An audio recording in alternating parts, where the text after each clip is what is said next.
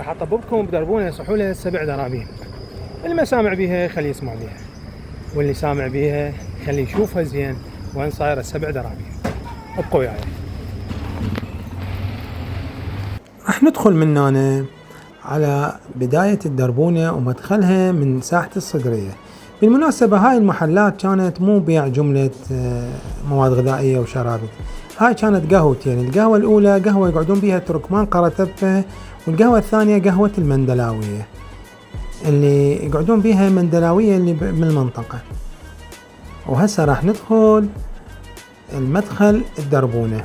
هاي منا مدخل الدربونة، واللي قدام اكو مدخل ثاني للدربونة اللي تشوفون قدامكم، هذاك المدخل الثاني وهذا المدخل الأول اللي يصير الواجهة مالته العمارة.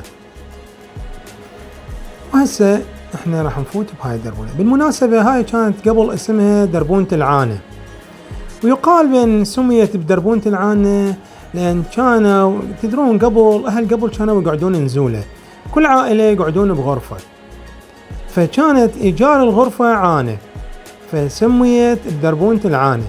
وبعدين تدرون العالم اتطورت والناس قامت تصير عوائل كبيرة، فقاموا العالم يقعدون يأجرون بيوت، فالأجيال تغيرت فقاموا يسموها 7 درابين بسبب ان بيها 7 لوفات، فسميت على اثرها باسم 7 درابين. وهي بالصدرية، ونهايتها يصير على منطقة بني سعيد، الفرع اللي يوديك على بني سعيد. هذا تشوفوها قدامكم دربونة قديمة، وناسها ناس قدماء وأصلاء من أهل بغداد،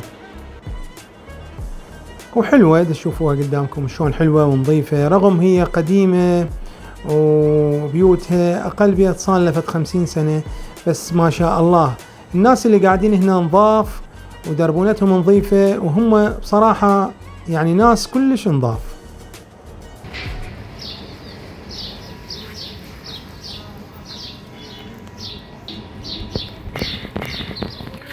وهاي كانت نهاية جولتي وياكم بدربونة 7 درابين اللي تبدي راويتكم اياها من بداية الصدرية على ايدك اليسرى وتدخل بيها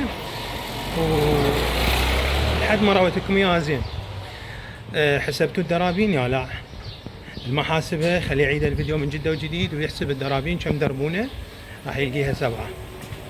ولا تنسون اللايك والاشتراك والتعليق الحلو والمشاركة بالفيديو. تحياتي لكم، اشوفكم فيديو ثاني. في امان الله.